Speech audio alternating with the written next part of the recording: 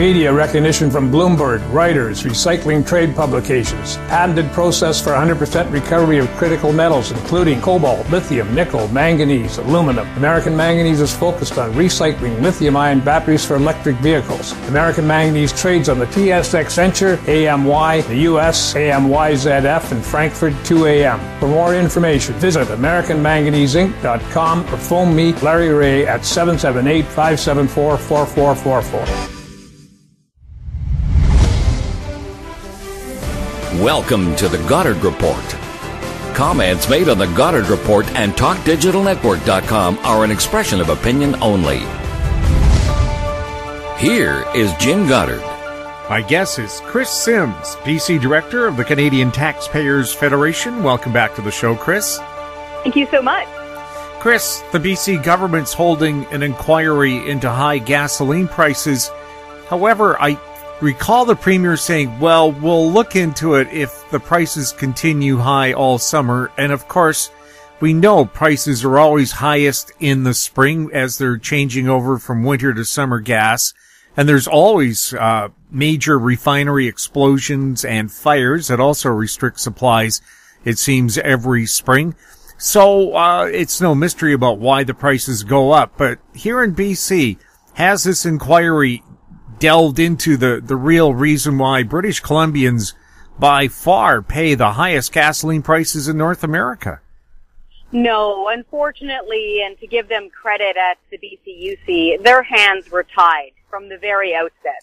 As your listeners will remember, prices in the Metro Vancouver area spiked dramatically in the springtime. They actually clocked in at more than $1.70 a liter, which caused people real hardship. There were folks who just could not make ends meet because of that, because it's an outrageously high gas price. And then the Premier, finally feeling some heat, said, oh, well, let's look into this. Let's have a big inquiry.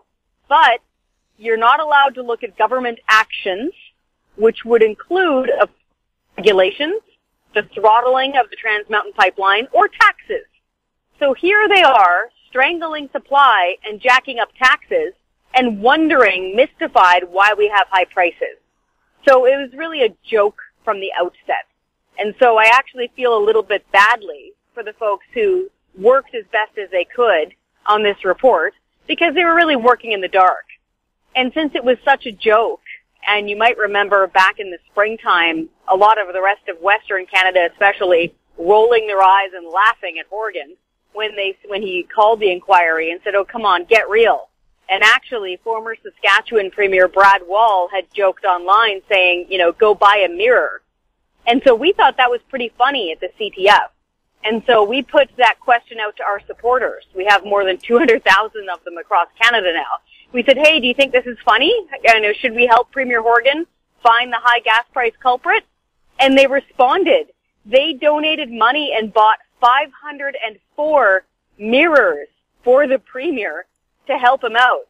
And we actually delivered them right to the legislature office yesterday. And so we hope that he was able to find the real culprit of the high gas prices. We think that this report is unfortunately a silly waste of time. So we carried the silly forward and made a joke of it. Do we know how much this full inquiry is going to cost us? Not yet. Hopefully it was still standard salary time and there was no increase based on the investigation. But we are filing Freedom of Information requests to find out exactly how much this very pared down report actually cost us. Keep in mind it's not just taxes that they weren't allowed to look at. By them saying you're not allowed to look at government actions, that means they weren't allowed to examine the restricted supply because you don't have an expanded Trans Mountain Pipeline. And that also means that they weren't allowed to look at government regulations, including things like the low carbon fuel standard, which is a government of BC requirement for British Columbia gas. And as Dan McTagg, the petroleum analyst, has pointed out many times, that'll easily add an extra 13 cents per liter onto your gasoline. And lo and behold, the inquiry found a mystery 13 cents higher. They said it's inexplicable. Well, it's inexplicable because they weren't allowed to look at the cause. Do we know how much it's cost British Columbian taxpayers to fight the Trans Mountain Pipeline? We've also got information requests out on that. You can promise that it's probably in the millions of dollars by now, because you have to remember that it isn't just the provincial government that was fighting it. It's various levels of municipal governments, places like the city of Burnaby, that were trying to fight it as well. We've actually filed information requests on this before, and quite often we'll get a blank answer back saying that there's privacy concerns involved, as if, the city of Burnaby or a municipality has a privacy concern when it deals with something as obvious as a fight against a pipeline. So we'll keep at it. We may have to change our wording, but we want to know that final bill. We want to know how much it's costing taxpayers to fight it in court. We also need to keep in mind the amount, and this is a funny thing to say as the CTF, the amount of tax dollars that have been lost out on our reduced pipeline capacity. Because we are not operating at full capacity in our expansion of pipelines that are needed in Canada, we're losing out on billions, with a B, billions of dollars of lost income taxes federally. Speaking of lost revenue, British Columbia has to have the poorest legal pot shop rollout in Canada. It's collecting the second least amount. Only Prince Edward Island is making less money on marijuana than BC is. We have an angry minister in charge, Mike Farnworth, saying, "We're gonna do it right." Well, they haven't done it right. Alberta next door said they made $121 million, BC a little over 20 million. Who's doing it right? It's astounding, isn't it? If I just, take off my CTF hat and speak colloquially and speaking personally with an anecdote, I've lived in different parts of Canada, and I grew up in the Fraser Canyon and on Vancouver Island. Especially on Vancouver Island, to say that cannabis was everywhere would be kind of an understatement. It was illegal at the time, yes. People talked about it quite openly, and it was almost a casual thing in some cases with some folks. If you go to Prince Edward Island, people will still say that person smokes drugs. That's how they speak there. So for them to almost eclipse British Columbia when it comes to legal cannabis sales now that we're in the post-legal phase is really astounding. There must be several factors here. One, it could be a poor rollout by this government of bringing in the kind of, they say, the gray market retailers that were previously selling this stuff. Maybe they've been too slow to give out those licenses and bring them onto the legal side of the fence. Maybe folks in British Columbia who very clearly, based on stats and polling, use a lot of cannabis, statistically speaking. Maybe they've stuck with their own dealers and their own supplies because they, I guess, like the product. And then also, maybe they're growing their own more than other people across Canada because you are allowed a certain number of plants to be grown for personal use. Either way you slice this, it's kind of embarrassing. Now that it's legal, whether you use the substance or not, we should be able to do this rollout rather quickly, rather well. British Columbia's got a lot of experience with this stuff. They should have done this quickly, efficiently, and brought them on the legal side, and we could be making tax dollars out of it. Yeah, well, I'm not saying this has happened, but it almost smacks of a kickback somewhere to keep the stuff in the black market. It's weird, eh? Like, it's just, if there were just a slight difference, it could be explained by, a couple of stores being delayed, not being opened, that sort of thing. But it's dramatically different. Like, there's something going on here. I don't know what it is, but it's really unfortunate if you're speaking to it from a clearly libertarian perspective. But, it doesn't matter if it's bubblegum, alcohol, or cannabis. It's legal now, period. It's regulated, period. It's going to be sold. It should be sold in a reasonable fashion so that it can be regulated and controlled. People don't get hurt. And we get a reasonable tax break out of it, that we get reasonable tax income coming in it from government. The fact that it's so drastically bad compared to the rest of Canada is a big head-scratcher. Well, one of the reasons the federal government said it was legalizing marijuana was to take the revenue out of the hands of organized crime. BC wants to have an inquiry into money laundering. That's organized crime. Yet when it comes to marijuana, they're really dragging their feet. They are. Well, hey, if they're going to have an inquiry into organized crime when it comes to money laundering, why not tack this on? Go for it. You might as well. You've already got the legal minds lined up. You've already got the infrastructure. You've already got the buildings booked. You might as well go for it. Just put this into the mix if you like, because it's long been suspected that marijuana is a gigantic big business for the black market and organized crime in BC. I think anecdotally, everybody knows that. So why not add that to the inquiry? Yeah, I mean, I've been at the police news conferences where they put $3 or $4 million in cash on a table and all the seized drugs, and that was just one raid, and they claim they intercept 10%, but I have a suspicion they don't even touch one. It's amazing. If you speak to people who run businesses, legitimate businesses in certain cities across BC, they won't say it on the record, but they'll say quite clearly that organized crime has a big shadow in a lot of those places. And if there's a way of reducing that in BC, that would be a very good thing. More regulation, more transparency is always good. And if we're already going to be having an inquiry into that murky world, you might as well add this to it too. But that is just a shockingly low number of legal cannabis sales in British Columbia. We'll have more with Kris Sims right after this. I'm Douglas Mason, CEO of Naturally Splendid, symbol NSP on the TSX Venture Exchange. Naturally Splendid is a biotechnology and consumer products company focused on the global cannabis and health markets. Naturally Splendid is expanding distribution in this rapidly growing market with products currently in Canada, the USA, South Korea, Germany, and Australia. To view our comprehensive company presentation and for more information, please visit our website at naturallysplendid.com.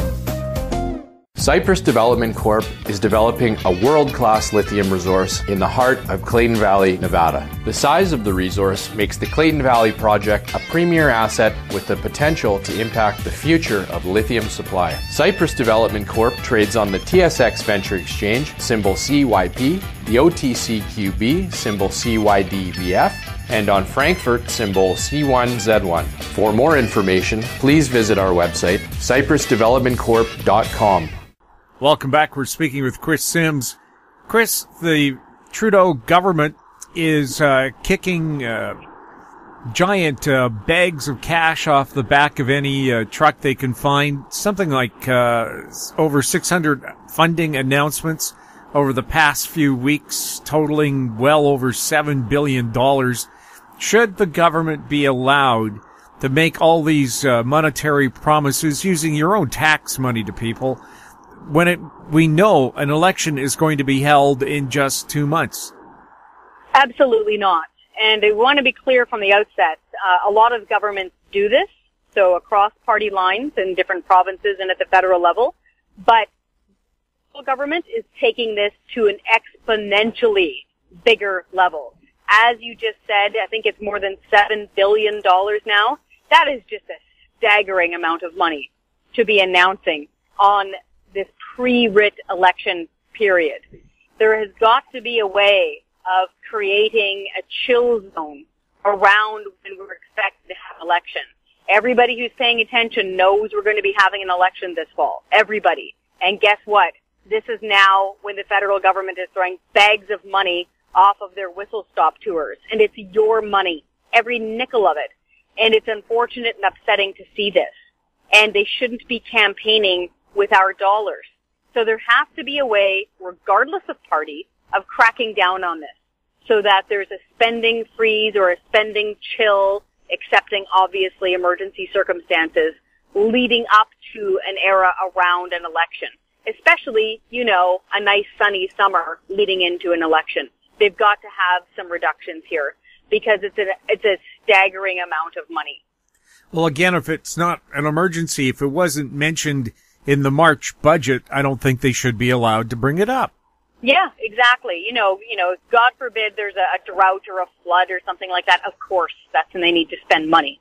But if this is just simply, hey, we're repaving your curling rink parking lot here in a riding we'd really like to win, or hey, we're building a new rec center in this town that was a swing vote last time. I mean, that's obvious to everybody who's paying attention.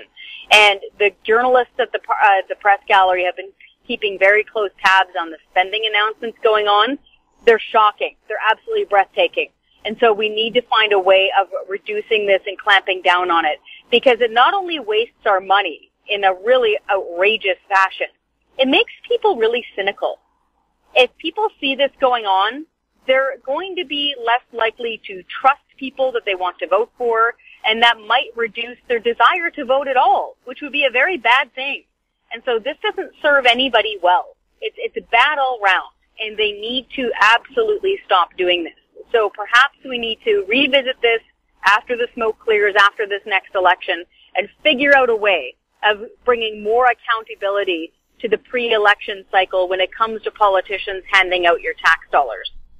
Now, I haven't heard anybody mention a national pharmacare program, but if he's handed out $7-8 billion in freebies for things like curling rink parking lots, national pharmacare would actually save taxpayers money in the long run, no matter what it costs the government itself. Yeah, and this is one of those things where, whether, depending on where you are on wanting a national pharmacare, right or wrong, it would be a good idea to sit down and actually have a real conversation and a good debate about it, and really price it out and really explain it very, very well before going into the ballot, before going into the voting booth. Because then Canadians could actually choose it and make up their minds. They'll have a clear choice. You'd wind up with a party for and a party against it, and then people could actually make up their minds. But no, instead, we're talking about social issues, the color of the Prime Minister's socks, and whether or not he kissed the President of the United States' wife too vigorously. It's just absolutely silly. We've got a G7 massive economy. We've got an election coming up. This needs to be taken much more seriously. And here we are seeing bags of cash thrown into what is really just pork barreling. And so we need to reduce it. It was strange to hear a spokesperson from the Ministry of Infrastructure federally who basically blamed it on the provinces. They said, oh, well, it's only now that we're getting these requests for this budgeted money or not from the provinces and cities. It's their timing, not ours. I mean, come on. We'll have more with Kris Sims right after this. Avon Resources Limited is a gold exploration company with significant projects in British Columbia and the Yukon, trading on the TSX Venture Exchange, symbol ABN, and the OTCQB, symbol ABNAF. Surrounded by world-class gold deposits and mines, Avon's 23,000 hectares Forest Kerr Gold Project is located in the heart of the Golden Triangle in northwestern BC. For more information, visit us at avonresources.com.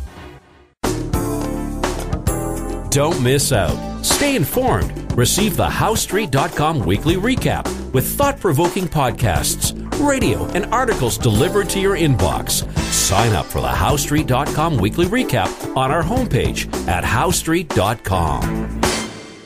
Welcome back. We're speaking with Kris Sims.